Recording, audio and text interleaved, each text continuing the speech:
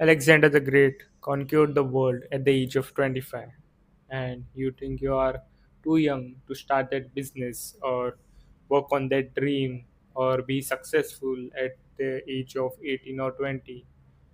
Uh, I know you must be feeling the same, like the way I used to feel a few days ago. I used to feel that I'm just in school in my 12th and I must first graduate, have a degree, and after that. But you know why Alexander conquered the world at the age of 25? It was not that he had the most strongest army in the world or that he was the most intelligent ones. Maybe he was, but it doesn't mean that there wasn't anyone more intelligent than them at that time. It doesn't mean that. The reason is quite beyond science, beyond logic. The reason is because he believed very, very much in himself. Alexander's mother, yeah, she's the main culprit over here who led him to conquer the whole world at the age of 25. She made him believe that he's not a human, he's a god. From the right moment of his birth till he was under his mother's care, her mother always told her that you are not a human. All the other people that you see around you, whether they are the army or the common people of the kingdom, they are all humans. They are the common humans, common people, but you are not one of them. You are superior to them and you are God. You are sent by the God. You came from heaven. That's what the narration that Alexander's mother gave to his son Alexander right from his birth, and that made him believe that he's special. He used to believe that he can do more than other people around him and he's more capable of it. And that simple beliefs, that simple brainwashing that his mother did to him, led him to such a great success in that time. You know, we also brainwashing is bad, but brainwashing is actually a big, can be a big tool in making things possible which seem impossible. A mother's role in a child is the most important. Many of us might still have some phobia of some things just because our mother told us that that's the dangerous place, like that's a bad thing to do, or that's not good when we were a child. And we still have that inside our mind, even when we know today logically that it wasn't true. Like that's not that dangerous. Even when you understand a lot of things today, but still we have that deep down brainwashing inside us just because it was said by our mother. And that shows us what the words of a mother means to a person. And that's why I'm making this video. If you're a parent, a mother or father, or just a person who has a sibling, a younger sibling, or anyone who's under you, maybe you are a teacher or maybe you are someone who is just guiding someone, I just want to let you know that your words matter the most. The words of someone experience or words of someone big matters a lot to a younger person, and your words can literally make a person do the things that he himself wants to do but he can't. Your words can literally act like fuel to hit them. You must have a younger sibling. Maybe you are a parent, and your child he doesn't studies. He's in bad company. Whatever the reasons you scold him, you might beat him, or you must be angry to him most of the time. But yeah, that's okay. Studies are all important. A lot of other things are also important.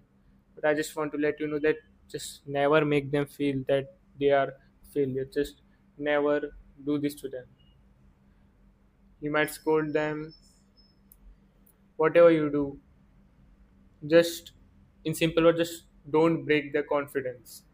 Try to rebuild them. The confidence inside them, only you can build the strongest. Your words can build the confidence built by your words is more stronger than the confidence built by them themselves. That's why the words of mother, the words of young elder sibling, the words of father or the words of teacher matter to us. You know, if I have to say my story, then I recently passed out 12th. I'm looking for career options, trying to find out which degree is right, which isn't. I'm listing colleges, universities based on that, and I'm actually analyzing all of these things more like a person, an investment banker who analyzes stocks from stock market. Yeah, and yeah, it feels like that. It doesn't feel that I'm choosing a life path to continue. It feels like I'm making an investment in my career. And that's what most of the people do, and it has just become a norm. That's why we don't feel that. Everyone is looking for jobs with the best placement, with the best packages, and in short, with the best return on investment. That's how they calculate how much money to put in the tuition fee, how much to invest in that. But deep down, I know from last few years that the real satisfaction that my heart gets is by just sitting in a grassland at the top of a mountain and looking at the sunset. That's what satisfies my heart, my soul the most. And deep down, I know, I didn't spend my childhood watching cartoons, watching anime, or watching any other type of shows that most of us might have watched while growing up. 24 by 7 on the television, the only type of content, the only type of shows that I used to watch is of infotainment. It's the documentaries on nature, documentaries on wildlife on channels like Discovery Channel, Animal Planet, National Geographic, Sun BBC Earth. I can name a list of that. Literally spent my whole childhood watching Bear Grylls, watching Ed Stafford, Josh Gates, and a lot of shows. Forge in Fire on History TV.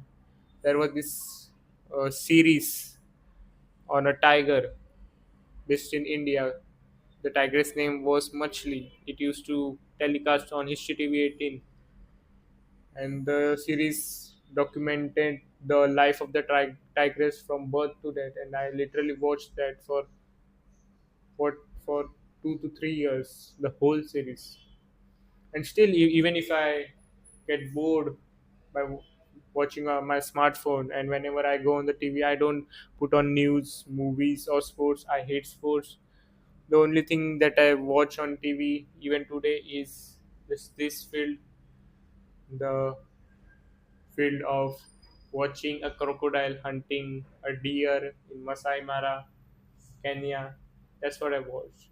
I think those visuals, those reality of life, and those all the scene that just connects me with being a human. Whenever I go to a new place, I don't click pictures on that, even especially if it's a natural place like a hilltop or like a place where there's a very good scene of a lake or a river. I don't click pictures. My sister does, but I don't. I just sit there and watch the sunset for literally hours. It always fascinates me to watch that huge fireball melt in the ocean. I might get a little emotional here, but yeah, the context of this is that I always, somewhere inside my heart, knew that I want to make a career in wildlife, in nature. Watching Simon Sieg and watching a lot of hosts going in wildlife and explaining the stuff that always interested me or inspired me. I wanted to make a career in that, to do something like that. I don't know what I wanted to do, but just to do something like that, to walk in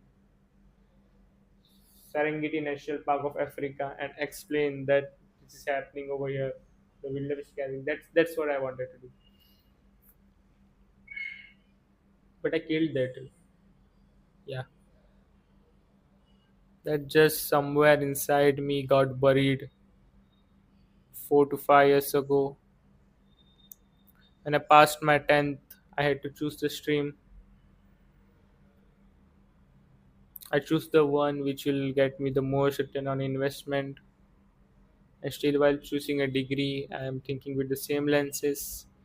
But deep down inside me, I know that maybe I should do a degree in forestry, horticulture, or marine sciences, or something like that, where I'll study the nature, I'll study the environment. I deep down know that, but I didn't took any action on that. But few days ago, I went to my native place, and there was this, I will say, a big brother of mine, more like a friend, and he's always been an inspiration to me. And I met him. We had some casual talk, and then he asked me about what I'm going to do after my high school, as I just passed my high school. And he was not the first one who asked me that question. A lot of people ask me that question in my native place. A lot of our relatives, people of I know, and I answered simply the most secure answer that yeah, I will do something in like engineering or medical. I just gave these random answers, and they didn't ask over that. They didn't proceed it further into that question. But he asked me that, and I was just I was just wasn't able to say the same answer that I'm going to do engineering. And he catch that in my eye, and he said that just do what you know. Just do the thing that's inside your heart. This is what he said to me. He knew that I have a lot of interest and love for the wildlife and environment, and he told me that you must be thinking about a more profitable job, a profitable career, degree, but just listen to me that that might give you the money, but that will not give you the satisfaction that your soul needs. Your parents, your friends, they are not going to be for forever.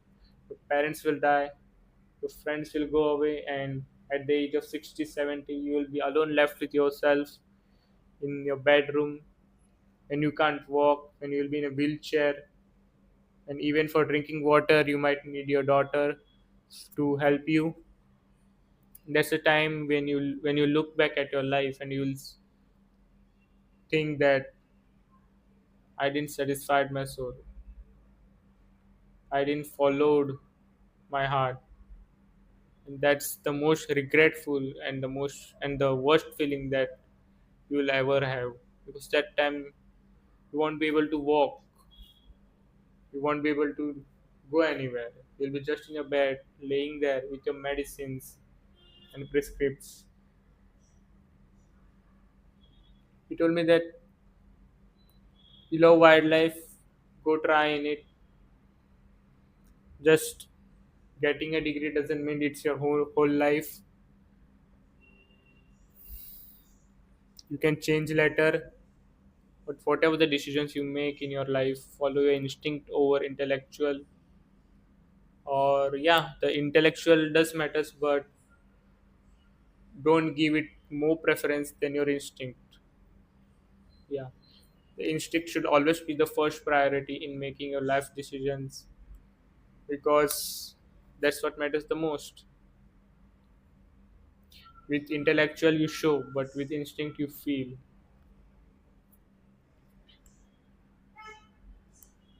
So that's what I wanted to say. Just wanted to speak my heart, speak my mind. That believe in yourself. Just because you chose this career or this degree or this field doesn't mean it's your whole life. You can have anytime change it later. Just don't think about your parents. I know your parents' words matter to you, but at the end of the day, you are left with yourself looking at the mirror. At the end of the day, when you go to the bed, you are left with yourself looking at the mirror with just you. So listen to the person in front of you in that mirror. That is the one that matters the most. It doesn't mean to be selfish. It just means that you might not listen to that person, all the things of that person, but just don't make that person that you see in the mirror real. Yeah. So thank you. If you enjoyed or connected with me in this video, then do subscribe or follow me. So yeah, take care.